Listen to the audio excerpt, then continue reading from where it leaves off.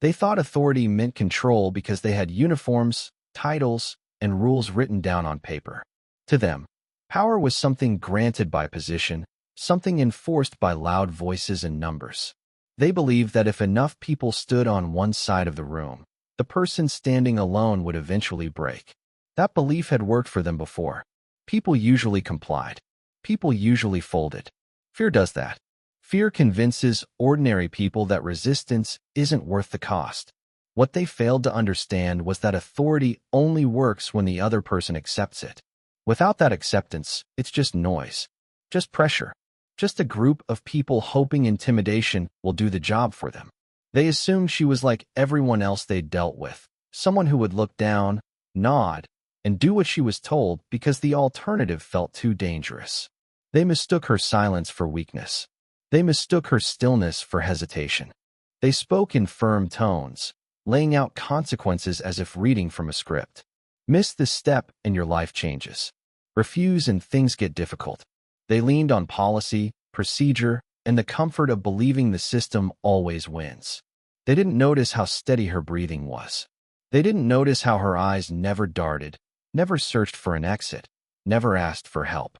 That calm didn't fit their expectations, so they ignored it. Authority depends on predictability. It depends on the idea that people will react the same way they always have. Panic, compliance, apologies. But she had spent years training to operate when predictability disappears. In environments where rules collapse and decisions are measured in fractions of a second. Where hesitation costs lives. Where control doesn't come from shouting orders, but from mastering yourself when everything around you is chaos. They thought backing her into a corner would force obedience. Corners work on people who fear consequences more than they trust their own preparation. But she had been conditioned to function under pressure so intense that every day threats barely registered. Stress wasn't new to her. Stress was familiar. It was something she had learned to use, to narrow her focus instead of scatter it. Their authority was built on comfort. Offices, procedures, backup. Her control was built in places where comfort doesn't exist. Long hours of waiting, endless repetition, training until muscle memory replaces conscious thought, learning to trust precision when emotions try to interfere. When you live that way long enough, outside pressure loses its power. They raised the stakes, assuming escalation would break her. Voices got sharper, words got heavier, consequences got more severe. Each step was meant to tighten the grip. What they didn't realize was that every escalation removed another layer of uncertainty for her. The situation was becoming clearer, not scarier. Clear situations are easier to manage than ambiguous ones. Authority often relies on the illusion that it has all the options. But real control comes from knowing you only need one. She didn't need to dominate the room. She didn't need to threaten or argue. She only needed to remain exactly where she was, mentally and physically. Still, focused, ready. The kind of readiness that doesn't announce itself. They believed forcing her hand would guarantee the outcome they wanted.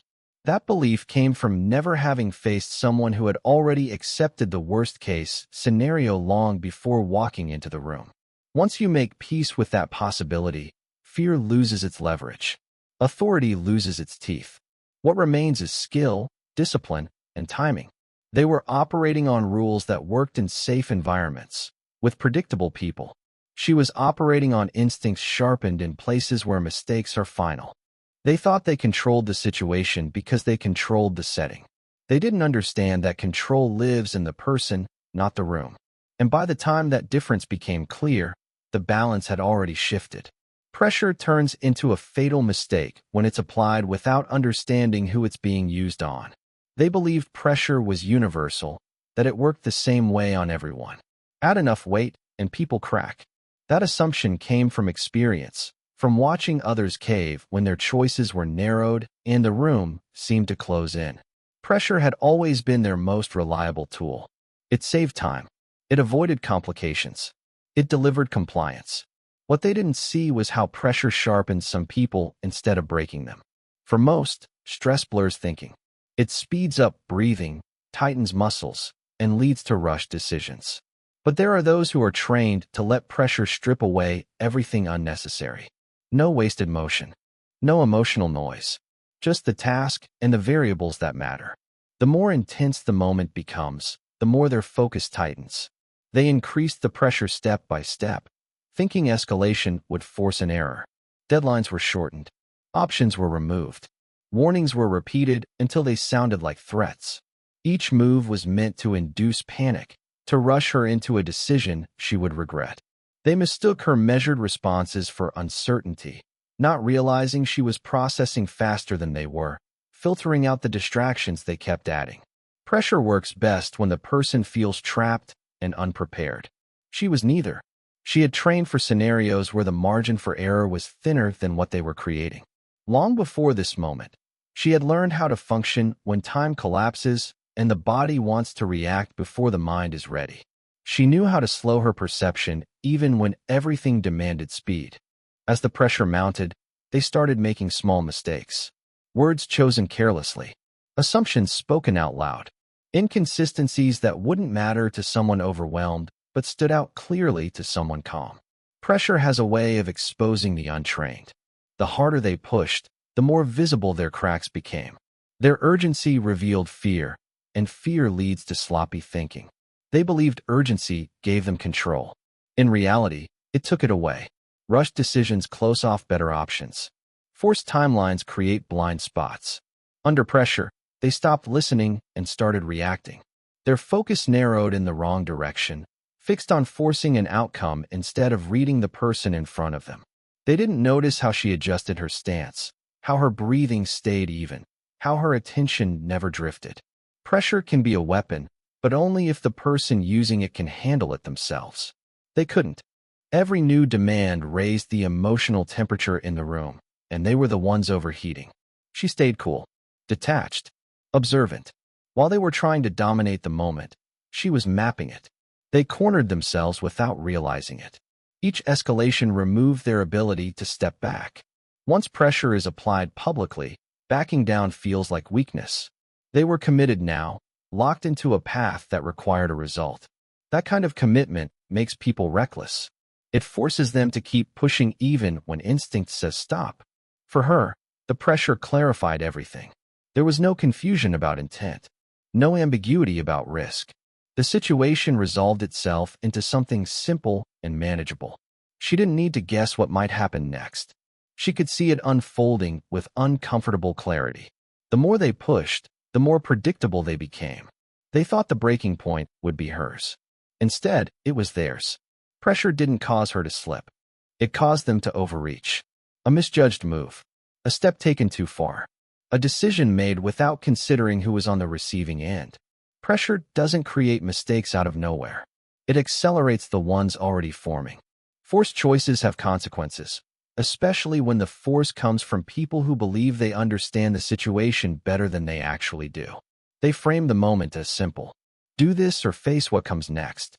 A narrow path designed to remove thinking and replace it with compliance. They assumed that by limiting options, they were controlling the outcome. That approach works on people who still believe the system is fair, who trust that following orders will protect them from harm. She understood something they didn't. A forced choice is rarely about choice at all. It's about intent. When someone removes your options, they're revealing how far they're willing to go. And once that line is crossed, the rules change. She wasn't weighing alternatives the way they expected. She was assessing intent, capability, and timing. The decision they thought they were forcing had already been made long before the words left their mouths. They believed presenting consequences would scare her into submission. Legal trouble, career damage, public blame, tools meant to crush hesitation. But threats only matter if the person believes they can still avoid them. She had been trained in environments where consequences aren't hypothetical and there is no appeal process. When you operate in that reality, empty warnings lose their power. By forcing the situation, they removed the middle ground. There was no room left for negotiation or delay. That kind of pressure simplifies the mental landscape. No more weighing pros and cons. No more hoping for a better outcome through cooperation. Forced choices turn complex problems into binary ones. Act or be acted upon. Accept or resist. And for someone prepared, that clarity can be dangerous. They mistook her compliance with procedure as acceptance of their authority. In reality, she was buying time, observing, calibrating. Forced choices often blind the people making them. They focus so heavily on narrowing the options that they stop paying attention to what the other person is doing inside those limits. They didn't notice how she adapted within the constraints, how each restriction sharpened her understanding of the situation. A forced choice is a confession of weakness. It signals that persuasion has failed and patience is gone. They didn't see it that way. They saw decisiveness, strength, control. But the moment you force someone, you reveal that you're afraid of what happens if you don't. That fear drives escalation, and escalation reduces flexibility. Every step forward becomes harder to undo. For her, the lack of flexibility was useful. Predictable behavior is easier to counter than thoughtful restraint. They were committed now, locked into their demand. She could see how far they were willing to go, and more importantly, where they would stop. Forced choices draw lines, and lines can be measured. They assumed she would react emotionally. Anger, fear, desperation.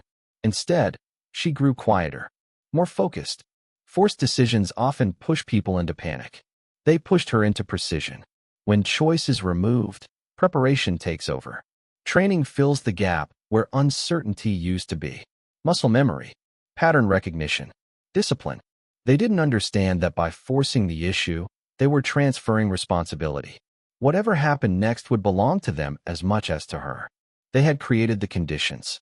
They had removed alternatives. Consequences don't disappear when choices are forced. They just move to the people applying the pressure.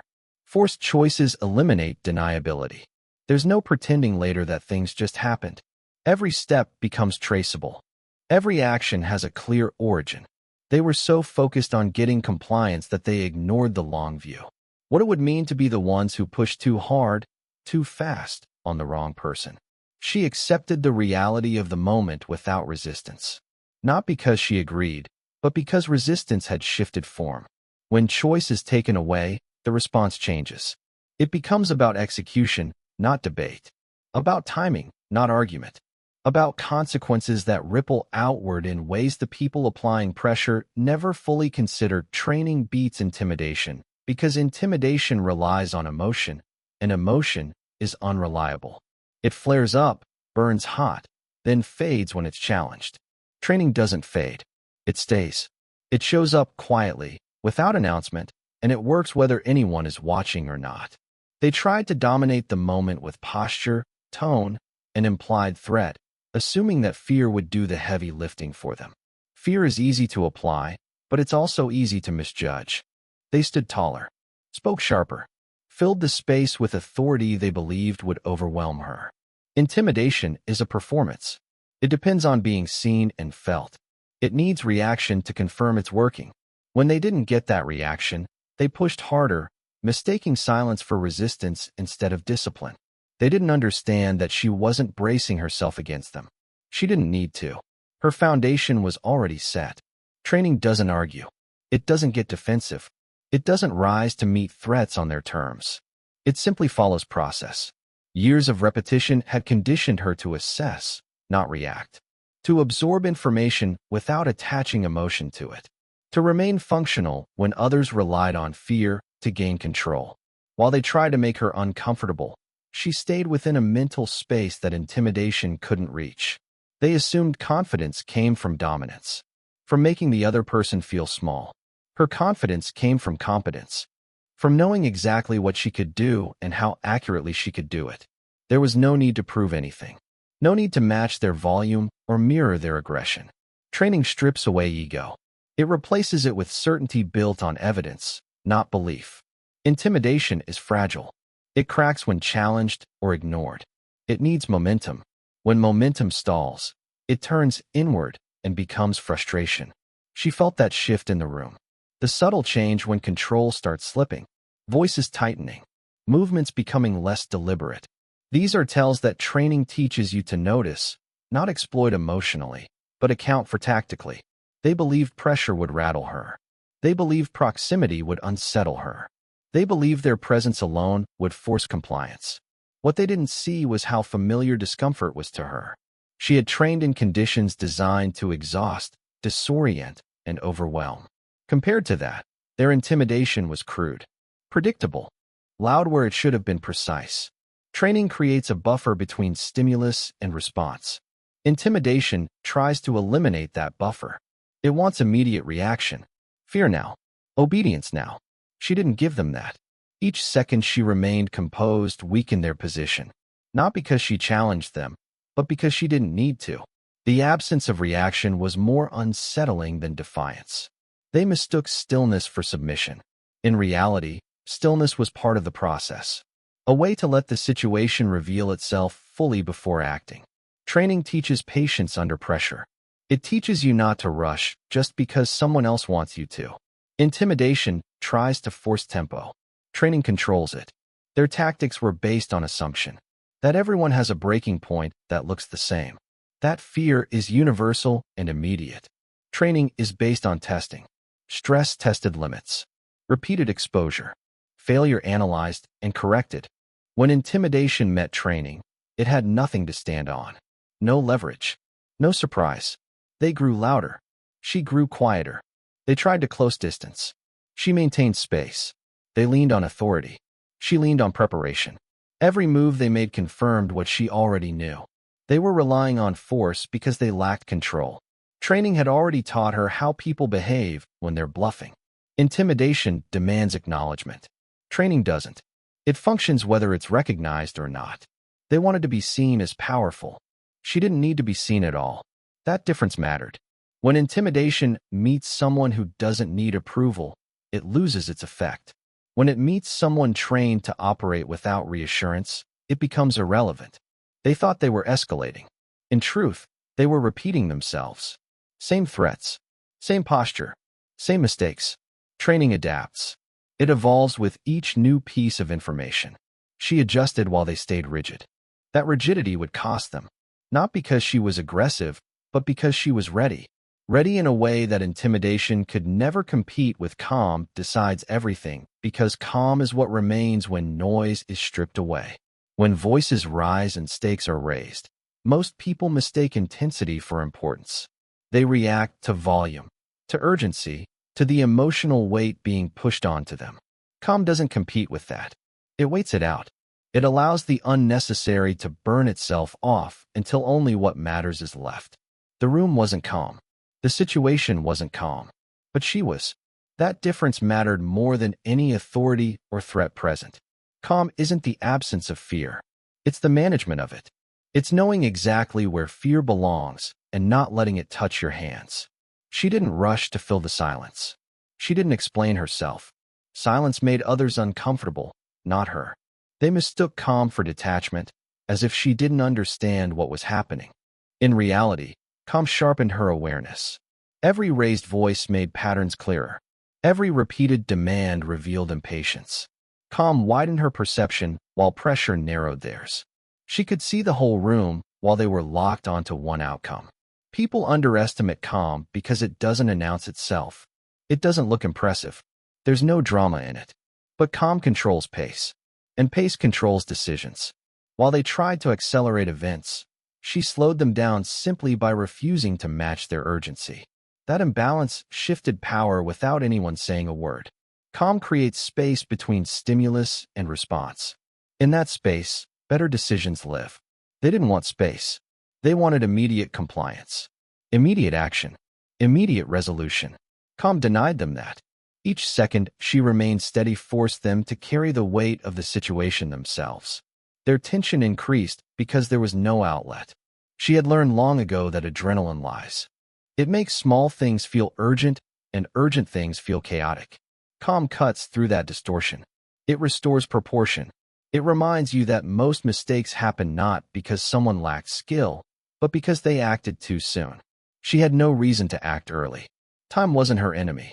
As emotions in the room escalated, clarity dropped for everyone except her. Calm preserved clarity. She noticed details others missed.